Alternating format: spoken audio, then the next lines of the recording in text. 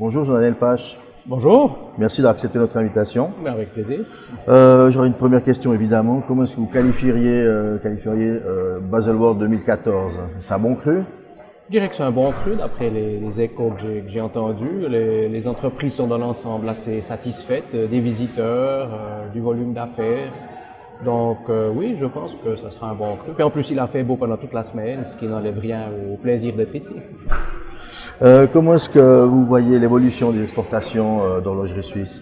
Donc après une année 2013 positive, puisqu'on a atteint un meilleur chiffre jamais obtenu dans l'histoire horlogère suisse, avec près de 22 milliards de francs suisses, nous nous attendons à une poursuite de la croissance des exportations pour 2014, à peu près dans les mêmes chiffres que les taux de croissance 2013, peut-être un peu meilleurs, ce qui fait que c'est effectivement des perspectives assez réjouissantes dans l'ensemble. Ouais.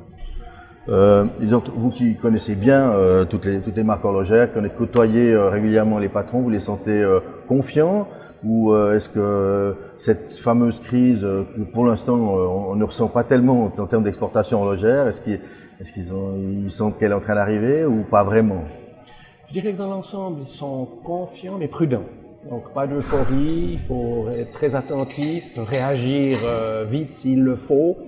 Parce qu'il y a quand même des marchés qui se sont quelque peu essoufflés, si on pense à la Chine, qui joue évidemment un rôle important dans l'évolution de l'horlogerie suisse. Donc oui, prudent, mais confiant, parce qu'on a quand même les moyens de poursuivre notre évolution. Il y a un potentiel pour le développement de l'horlogerie suisse, il y a des opportunités à saisir, mais il faut le faire avec beaucoup de discernement. Je vais poser une question un peu plus personnelle. Vous portez quoi au poignet? Une montre. Oui. Alors, ça dépend. En tant que président de la FH, je ne sais pas si vous pouvez parler de la pièce. Est-ce qu'elle a une histoire pour vous, un symbole? Alors, n'est-ce pas, j'ai plusieurs montres, bien évidemment. Je change régulièrement. Il y en a quelques-unes pour lesquelles j'ai un côté affectif, je dirais. J'ai par exemple une montre Omega que je porte volontiers parce qu'elle m'a été offerte par mon père, qui travaillait chez Omega.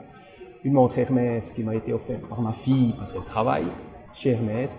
Puis aujourd'hui, je porte une montre Century parce que c'est une entreprise horlogère qui est située dans le village dans lequel j'habite, Nidau, à côté de Vienne.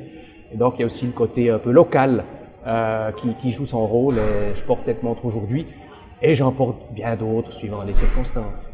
Quand vous étiez enfant, je sais pas, 10, 12 ans, vous rêviez de quoi? Vous rêviez de montre? Non.